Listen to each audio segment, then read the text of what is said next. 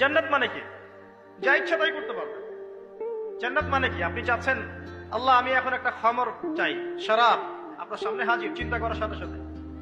জান্নাত মানে কি? আল্লাহ আমি আপনাকে দেখতে চাই, আল্লাহকে আপনি দেখতে পারবেন। জান্নাত মানে কি?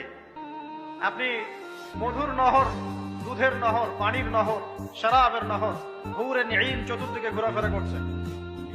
একজন নিম্নমানের জান্নাতি মানে সবচেয়ে শেষের দিকে যারা জান্নাতে যাবে তাদের সাথেই দুজন করে হুরে নিঈম, আহাল পরিবার তো আছেই, গিলমান পানপাত্র নিয়ে চারপাশে ঘোরাফেরা করবে। জান্নাত মানে কি? যেখানে যা ইচ্ছা তাই করা যাবে, বলার কেউ নাই, বাধা দেওয়ার কেউ নাই, সেখানে কোনো মৃত্যু নাই, সেখানে কোনো অহেতুক কথাবার্তাও নাই, কোনো গাল গল্প নাই, কোনো মিথ্যা নাই, কষ্টের ক্লেশ মাত্র নাই, থুতু ফেলতে হবে না।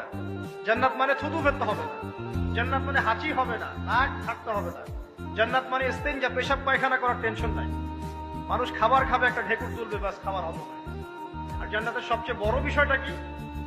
আল্লাহ পাক, আল্লাহ পাককে আমরা এই চোখ দিয়ে দেখতে পারবো ইনশাআল্লাহ।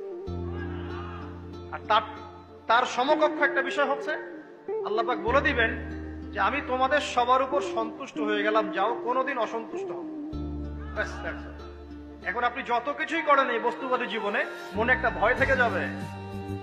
আপনি বিশ্ব নেতা হয়েছেন, বড় শিল্পপতি হয়েছেন, পলিটিশিয়ান হয়েছেন, ইকোনমিস্ট হয়েছেন, মনে একটা ভয় থেকে যাবে যে মরতে আমাকে হবে, আল্লাহ আমাকে ধরবেই, হিসেব আমাকে দেওয়া লাগবেই, কবরে আমাকে একাই যাওয়া লাগবেই, আমাকে কিয়ামতের মাঠে দাঁড়াতে হবে আল্লাহর সামনে।